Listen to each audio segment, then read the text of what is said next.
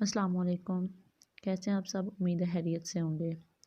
आज मैं आपके साथ डेप्रिसिएशन के 4 मेथड को डिस्कस करूंगी और इनके फार्मूलाज भी आपको समझाऊंगी, ठीक है। और प्रॉब्लम्स भी इनकी एक एक एग्जांपल आपको समझाऊंगी, ठीक है। प्रॉब्लम्स एक एक एग्जांपल करके समझाऊंगी।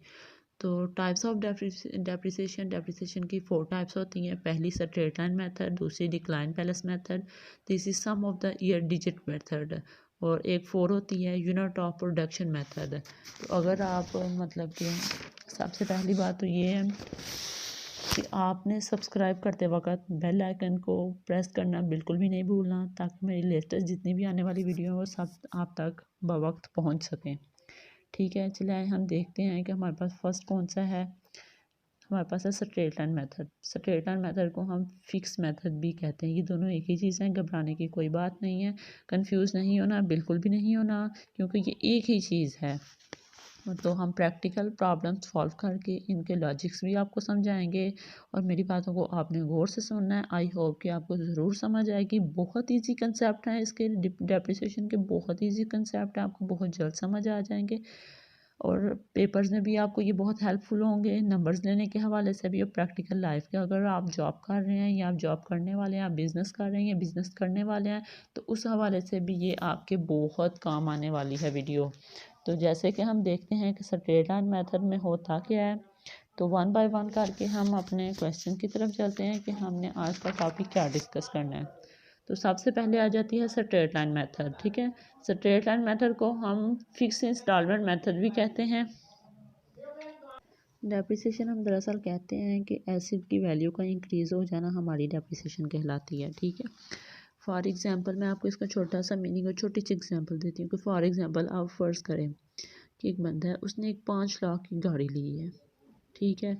जब उसने उसकी डेप्रिसिएशन ली है पहले साल, तो वो उसकी डेप्रिसिएशन लेने के बाद उसकी 4 लाख रुपया मतलब कि बाकी रह गया है। तो 5 लाख से 4 लाख पे 1 लाख रुपया जो आपके एसिड की वैल्यू कम हुई है, इसको कहते हैं डेप्रिसिएशन है। इसके बाद बात आ जाती है स्ट्रेट लाइन डेप्रिसिएशन होती क्या है। मोस्टली कंपनीज जो होती हैं ना, वो डिफरेंट डिफरेंट मेथड से अपनी जो वर्किंग होती है, डेप्रिसिएशन होती है एसिड्स की, वो लेती रहती हैं। उनका कोई एक फ़िक्स मेथड नहीं होता। जैसे मशीनरी यूज़ कर रही हैं, तो वो कंपनीज हो सकता है कि जब उन्होंने वो मशीनरी ली थी उसकी कास्ट कोई और थी, लेकिन जब वो उसको यूज़ करती रही हैं तो उसकी कास्ट की वैल्यू कुछ और होती गई है। मतलब दिन ब दिन कम ही होती है ना। लेकिन स्ट्रेट लाइन और फिक्स मेथड में हमें ये होता है कि जो हमें उसने एक कास्ट दे दी होती है, हमने उसी कास्ट से हर साल डेप्रिसिएशन लेनी होती है, हम चेंज नहीं कर सकते। ये एक रूल है, ठीक है।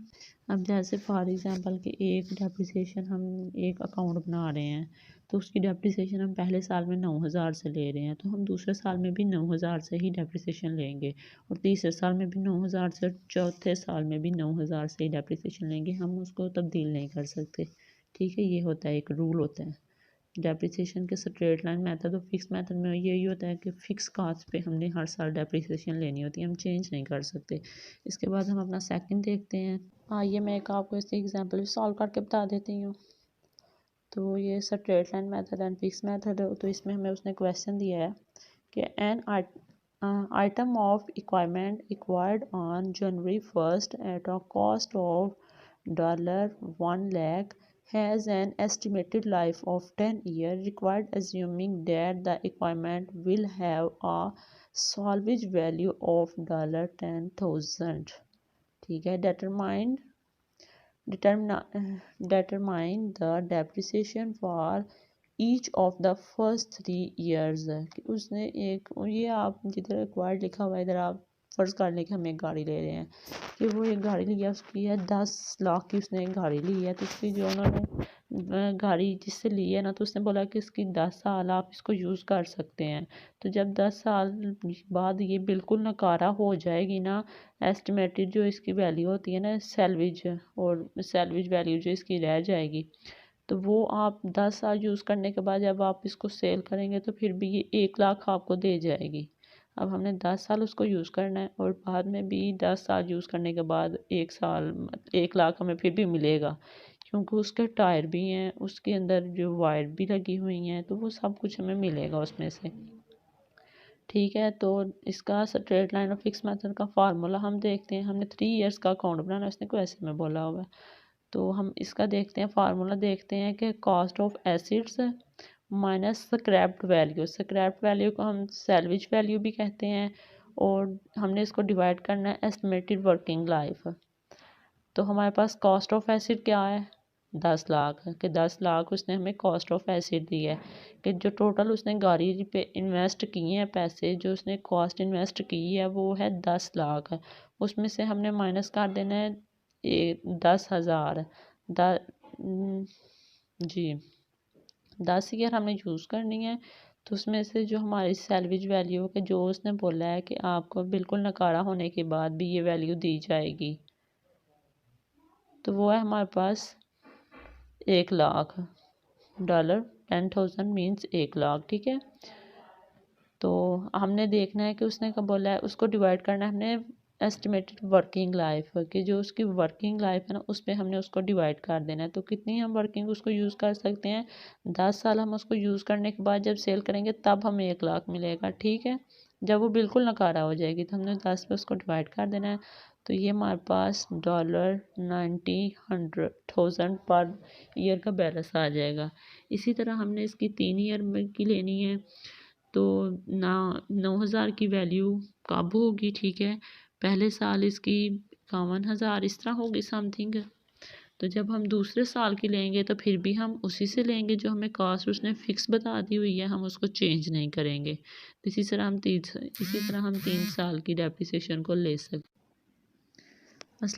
अभी हमारे पास सेकंड आ जाती है, सेकंड जो हमारे पास टाइप आ जाती है, हम उसको देखते हैं कि उसमें उसने हमें क्या कहा हुआ है। तो हमारे पास टाइप आ जाती है second, dimensional decline reducing balance method. Dimension, decline और रिड्यूसिंग, ये तीनों इसी के नाम हैं, घबराना नहीं बिल्कुल भी। तो हम इसकी एग्जांपल बिना टाइम वेस्ट किए पढ़ते हैं कि इसने हमें एग्जांपल में क्या दिया हुआ है।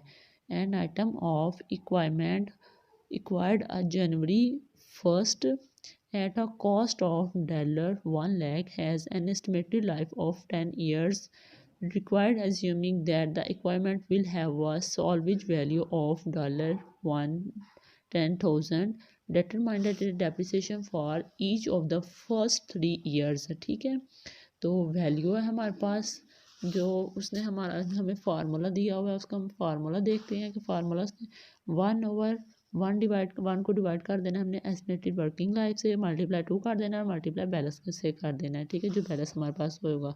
तो उसने क्या बोला हुआ है कि जनवरी 1 को उसने एक उसने ली है गाड़ी। ठीक है, जो कि $10 लाख की है। तो उसका उन्होंने यही सेम ही बोला हुआ है कि 10 ही अगर आप यूज़ करेंगे तो उसकी जो वर्किंग वैल्यू को निकाल के जब 10 साल के बाद वो बिल्कुल नकारा हो जाएगी तो वो 1 लाख की आपकी सेल हो जाएगी। ठीक है, इसमें हम देखते हैं कि हमने इसका फार्मूले को कैसे सॉल्व आउट करना है। तो 1/10 जो उसकी एस्टिमेटेड वर्किंग लाइफ है जो उसने हमें बताई हुई है, 10 मल्टीप्लाई 2 कर देना, 2 हमें फार्मूले में दिया हुआ है, और मल्टीप्लाई कर देना हमने कॉस्ट वैल्यू से जो हमें बैलेंस कॉस्ट वैल्यू मिली हुई है। तो वो मल्टीप्लाई कर देंगे हम 1 लाख से, तो हमारे पास जो आंसर आ जाएगा वो 20,000 आ जाएगा। हमारे पास पहले साल की डेप्रिसिएशन आ जाएगी 20,000। ठीक है, अब हम ईयर 2 की डेप्रिसिएशन देखते हैं। सेम वही 1 को डिवाइड कर देंगे 10 से, मल्टीप्लाई 2 कर देंगे। तो इसमें ये क्या है, डायमेंशनल मेथड है, मतलब कि जो हमारे पास फर्स्ट ईयर की डेप्रिसिएशन करने के बाद बैलेंस कैरी डाउन वैल्यू आएगी, वही हमारे पास बैलेंस ब्रॉट डाउन वैल्यू होगी। ठीक है, तो वो 80,000 हमारे पास आएगी। हमने उसी के साथ इसको करना है मल्टीप्लाई, और उसी के साथ हमने इसकी डेप्रिसिएशन लेनी है। डायमेंशनल मेथड में ये होता है कि जो इसकी होती है ना डेप्रिसिएशन हम जो लेते हैं वो हर साल कम होती जाती है, फिक्स नहीं होती। तो ये हर साल कम होती जाएगी। 1 को डिवाइड कर देंगे 10 से, मल्टीप्लाई 2 और मल्टीप्लाई 80,000 से। तो ये हमारे पास डेप्रिसिएशन वैल्यू क्या आ जाएगी, 16,000 हमारे पास डेप्रिसिएशन वैल्यू आ जाएगी। इसी तरह हम ईयर 3 को करते हैं कि ईयर 3 की हमने डेप्रिसिएशन कैसे लेनी है। तो 1/10 मल्टीप्लाई 2 और मल्टीप्लाई जब हम हमारे पास ये जो हमारे पास बैलेंस कर्व डाउन की वैल्यू आएगी हमने वही डेप्रिसिएशन अमाउंट लेनी है। फिक्स नहीं है, डायमेंशनल मेथड है। इसमें जो हमारी हर साल डेप्रिसिएशन अमाउंट माइनस होती जाएगी, तो हमारे पास डेप्रिसिएशन अमाउंट आ जाएगी 12,800 है। इसी तरह डायमेंशनल रिड्यूसिंग मेथड की आपको आई होप कि समझ आ गई होगी, मतलब कि जो हमने उसने हमें एक दफ़ा कास्ट वैल्यू दे दी है, हमने पहले साल उसी कास्ट वैल्यू से उसकी डेप्रिसिएशन लेनी है, लेकिन दूसरे साल में जो हमारे पास बैलेंस कैरी डाउन आ जाएगा, हमने उससे उसकी दूसरे साल में डेप्रिसिएशन लेनी है। ये हर साल कम होती जाती है डेप्रिसिएशन, और लास्ट में हमें पता चलता है कि हमारे पास क्या नफ़ा हुआ है और क्या नुकसान हुआ है। ठीक है, इसके साथ हम इसका तीसरा देखते हैं कि तीसरे में उसने क्या हो दिया हुआ है तीसरे पार्ट में।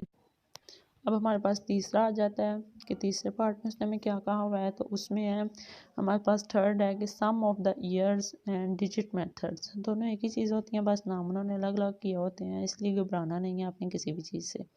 ठीक है, तो हम देखते हैं an item of equipment acquired on January 1 at a cost of $1 lakh, ठीक है, has an estimated life of 10 years, के 10 साल यूज़ करने के बाद उसकी जो 1 लाख उसने गाड़ी ली है वो उसकी क्या कीमत रह जाएगी।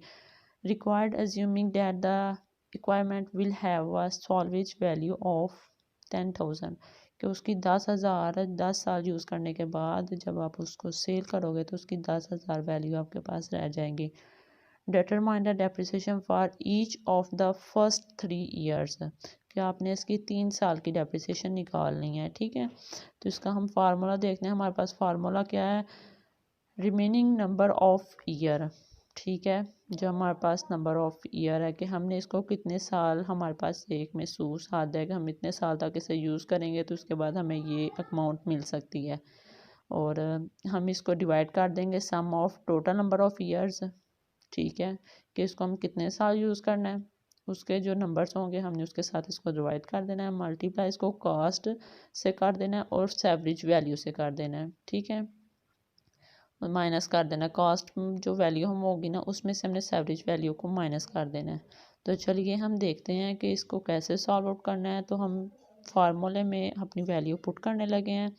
तो रिमेनिंग नंबर ऑफ़ वैल्यू क्या होगी हमारे पास 10, 10 साल उसने बोला हुआ है ना कि आप इतने साल इसको यूज़ कर सकते हैं, एक लिमिट है। उसको हम डिवाइड कर देंगे 55 से। अब ये सोच रहे होंगे कि 55 कैसे आ चुका है, तो मैंने ऊपर आपको पहले बता दिया है कि sum of total numbers of year, कि हमने इसको कितने साल यूज़ करना है, और उसको हमने 10 9 8, ये आगे लिखा हुआ है 10 9 8 7 6 5 4 3 2 1, इसको आप प्लस करेंगे तो 55 आएगा। तो ये हमने इसको प्लस करके sum of total number of years निकाला है। ठीक है, इसको हम मल्टीप्लाई कर देंगे 1 लाख से, जो हमारे पास उसकी बैलेंस है या कॉस्ट है उसको हम 1 लाख से मल्टीप्लाई कर देंगे, और इसमें से माइनस हम कर देंगे 10,000 जो उसने एवरेज सैलरीज वैल्यू हमें बता दी है, एस्टिमेटेड वैल्यू। ठीक है, तो वो उसमें से हम माइनस कर देंगे। ऊपर हमने सैलरी वैल्यू मैंने आपको बोला है कि माइनस करनी है, क्वेश्चन भी आप देखें और उसका फार्मूला आप ध्यान से देखें, उसी के मुताबिक आपने वैल्यू पुट करनी है। तो हमारे पास आ जाएगा 16,363। ठीक है, इसकी वन पहले ईयर की हमारे पास वैल्यू आ जाएगी। अब हम ईयर 2 की वैल्यू को, डेप्रिसिएशन को हम फाइंड आउट करेंगे, तो वो उसी का सेम देखें। इसमें भी पहले साल हमने 10 से लेनी है कि 10 साल हमने यूज़ की, उसकी डेप्रिसिएशन हमारे पास आ गई। अब दूसरे साल में हमने एक साल हमारा निकल गया है तो हमने 9 से लेनी है। ठीक है, लेकिन ईयर हमारे पास वही रहेंगे, sum of total number of years, बस रिमेनिंग वैल्यू जो होगी वो हम करेंगे इसमें माइनस। ठीक है, तो वो 9 को हम डिवाइड कर देंगे 55 से, मतलब पीछे 9 महीने रह गए इसलिए हम 9 से कर रहे हैं, मल्टीप्लाई कर देंगे 90,000 थे। ये देखें ऊपर मैंने यहाँ पर ड्रैग ही कर दिया है, मैंने इसको नहीं मतलब कि माइनस में किया, तो जैसे कि ऊपर मैंने किया है 80,000 हमारे पास पीछे रह जा, वो 19,000 रह जानी थी 1 लाख में से, तो वो मैंने सीधी सीधी 19,000 लिख दिया है। तो इसलिए आप इस चीज़ को टेंशन नहीं लेनी है आपने, मैंने इधर बस ड्रैग लिख दिया है। ठीक है, 1 लाख में से जब माइनस करेंगे हम 10,000 तो हमारे पास 90,000 ही आ जाएगा। तो इसका हमारे पास जो रिमेनिंग बैलेंस आ जाएगा वो आ जाएगा 14,727। ठीक है, अब ईयर 3 की हम इसी तरह फाइंड आउट करेंगे। तो 8 को डिवाइड कर देंगे हम 55 से, मल्टीप्लाई कर देंगे हम 19,000 से। ठीक है, ड्रैग इधर मैंने किया हुआ, पीछे मैंने आपको समझा दिया है। तो ये हमारे पास रिमेनिंग इसकी बैलेंस की रिमेनिंग अमाउंट आ जाएगी हमारे पास। तो हमारे पास इसकी रिमेनिंग वैल्यू आ जाएगी 13,019। ठीक है, तो इसी तरह हमारा तीसरा भी सॉल्व आउट हो गया। अब हमने देखना है कि हमारे पास 4 वाला मेथड में उसने क्या बताया हुआ है। चलिए उसको देखते हैं। अब है हमारे पास 4 वाला unit of production depreciation method. ठीक है, an item of इक्वायरमेंट acquired on January 1 at a cost of 16,000 has an estimated use of 25 hours. During the first 3 years, the equipment was used 5 hours, 5,000 hours, 6,000 hours, and 4,000 hours, respectively. The estimated salvage value of the equipment is 10,000। ठीक है, तो इसमें उसने हमें कहा हुआ है कि एक बंदा है, उसने एक मशीन ली है, तो उसको उन्होंने बताया है, जिनसे हमने मशीन ली है, तो वो उनसे उन्होंने बताया है कि आप इसको ना 60,000 की उसने मशीन ली है और उन्होंने बताया कि आप इसको 25 घंटे यूज़ कर सकते हैं, 25,000 घंटे। ठीक है, आप इसको यूज़ कर सकते हैं। अब उसने वो 3 ईयर यूज़ करनी है, तो हमने देखना है कि वो कैसे उसको यूज़ करेगा। उसने पहले ईयर में 5,000 घंटे उसने यूज़ किया, दूसरे ईयर में उसने 6,000 घंटे यूज़ की है और तीसरे ईयर में उसने 4,000 घंटे यूज़ की है। तो उसके बाद जब इसने ये यूज़ कर लिया है, 60,000 की ली है, तो जब उसकी एस्टिमेटेड लाइफ हो जाएगी 3 ईयर के बाद, तो उसके पास आ जाएगा 10,000। जब वो सेल उसे करेगा तो फिर भी उसे मिल जाएगा। ठीक है, तो इसका हम देखते हैं। इसका फार्मूला कॉस्ट क्या है। कॉस्ट है, जो हमने कॉस्ट मतलब जितने की हमने ली है वो है, माइनस सॉल्वेज वैल्यू कर देनी है हमने, जो हमारे पास बाकी रह जाएगी अमाउंट वो कर देनी है, और एस्टिमेटेड कैपेसिटी कि उसने कैपेसिटी कितनी दी हुई है कि हम इसको कितनी देर यूज़ कर सकते हैं।